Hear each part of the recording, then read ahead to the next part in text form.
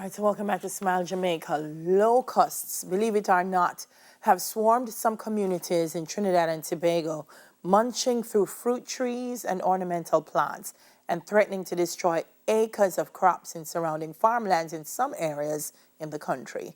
Zooming in is the Minister of Agriculture, Land and Fisheries in Trinidad and Tobago, Senator the Honorable Clarence Rambarat. And he's going to tell us what the situation is like now, as well as how they are managing. Welcome to Smile Jamaica, Senator Ramrad. How are you this morning?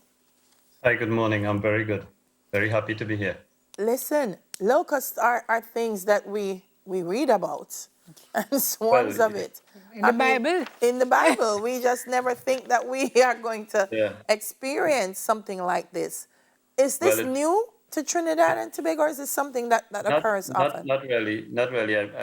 I expected that within a few seconds you'll get into the Bible, because the references are in the Bible, and the word plague is used. So it's not new to the world. It's very pervasive. It's a problem nowhere in the world it's been controlled, and it's not new to the region. You'd be surprised to know it's not new to Jamaica.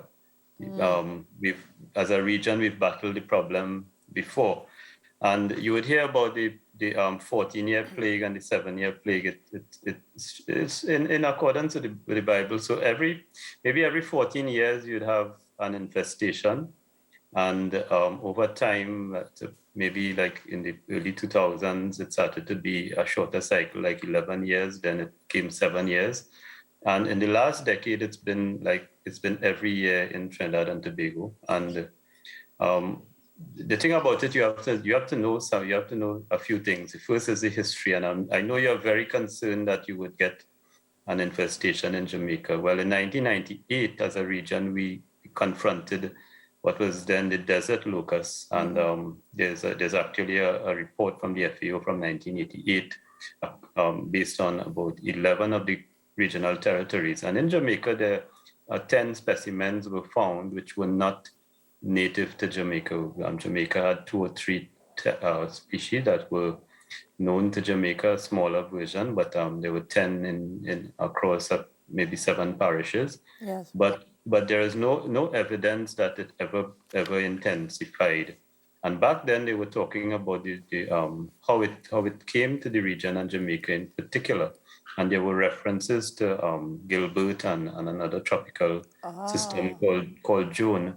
Yeah. And they did not believe that June had influence. But the fact is that what we're dealing with homegrown. I describe them so that we have a native population, rooted in migratory species. So we are more exposed than you are to South America, and of course we all exposed across the Atlantic to Africa. So we know for a fact that on our southwestern end, which is closest to Venezuela, 7 miles off Venezuela, we do in fact get infestations from South America across our southwest, and the place which is really more southeastern, Moruga is a place that is we see a lot of it. But you also have a second source. So that is the homegrown, which has to be controlled. But the migratory is the one that is really uncontrollable. And What's it called? The migratory migratory species, which comes with the weather system. So it's been shown that the locusts can come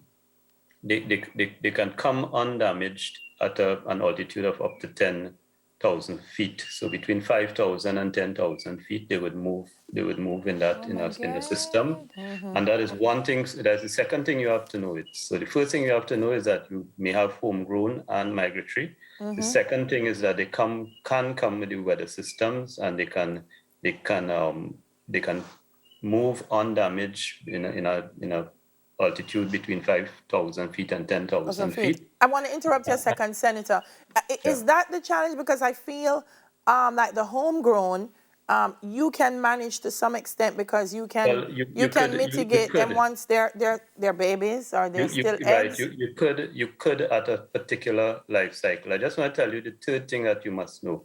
And this is something a lot of people don't know. The locust has this ability, the swarm has this ability to form themselves into one unit. So you want to know how these creatures could move that distance, because they can move across 2,000 miles and at that altitude, and how they could do that undamaged. Well, what they can do is that they can join themselves together and move in an unbroken wave, which makes it easier for them to migrate. That's a very interesting phenomenon. Yes. So you have to know at that level, if you're trying to control them at the migratory level, it's going to be very, very difficult.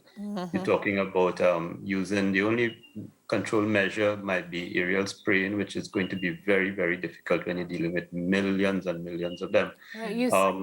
In terms of the life cycle, traditionally, in what we are at our this time in Trinidad, when we get Trinidad and Tobago, when we get to early August, they are the adult stage, and you would find that they swarm, so they move in hundreds of thousands together, and they tend to be up in the tall trees, because at this time they're looking to forage on mature leaves and then go off to the nesting period. At that stage, it is very difficult to use control measures, because you wouldn't get your sprayers up at that height. Aerial spraying is very difficult now, because in what you find maybe in the 1980s, you did not have them in the built-up areas, but you have agriculture and residential areas, very close to each other, and it's going to be more harmful to human beings and to other insects, which we require as part of the biosystem. But most importantly, I'll tell you this: Jamaica has livestock, and we have livestock too. Spraying is going to be damaging to the livestock, particularly those animals which are pregnant, and those are the big issues.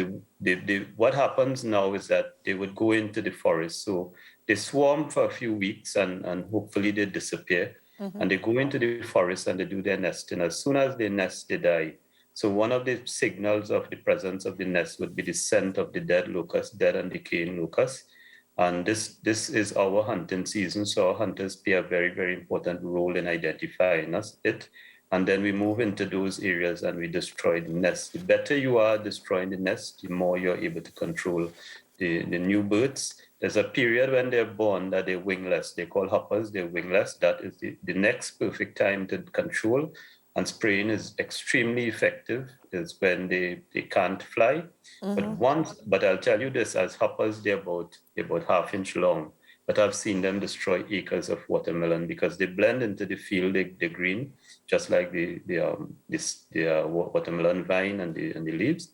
And they are destructive at that stage. Yeah. When they get wings and they start to mature, surprisingly, they're less destructive, because they're looking for more mature forage on the trees. But they're less destructive, but they're just more pervasive, and it's really it makes you uncomfortable. The sight of them, that is what I guess the Bible talks about. Absolutely. But Senator, The sight of them. this article here tells us that the people of Princestown have been living, it says, in a horror movie for the past 2 weeks, because this thing, cars driving through the area are often covered by the insects. People walking about the town are constantly swatting away the bugs. They're getting into homes, cars, businesses, and are resistant to insect repellent. And when the sky darkened over parts of Manahambre, Lothians, and St. Croix on Wednesday morning, residents thought it was a change in weather. Your pronunciation is very good. Oh, thank you. So it's been, let me tell you, it's three things that are happening at the same time, or four things. It's excessive heat with intermittent showers that are extremely strong showers.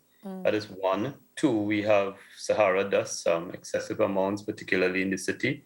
We also have volcanic ash. So the place outside, the atmosphere is white and it's very uncomfortable. And then you have the locusts creating the problem. So you have people on your windscreen, for example, they would settle there. You try to remove them by using your wipers, and you see them. But I would say this, that the damage to crops at this stage is going to be, I wouldn't say minimal, but it's going to be small, lower than when they're much younger. and they would forage. I heard you mention ornamentals. Yes, they would, but they also have things that the leaves that they would like to, so they go that they prefer. So they go in search of that particular leaf that they would forage on. In fact, one of the control measures that recommended is that we plant those trees in the forest. But the thing about it, I would say, is that you have to keep in mind a homegrown population that you may have a measure of control over, but the migratory, that is where the problem is, and that is where your pervasiveness is. I'll go back to Jamaica to tell you this. You've not had, this is not something new in terms of trying to control something so pervasive. I worked in the sugar industry in Trinidad and Tobago, and frog hopper is something, if you do the research, you'd see references to frog hopper. Frog hopper is something that decimated our regional sugar industry.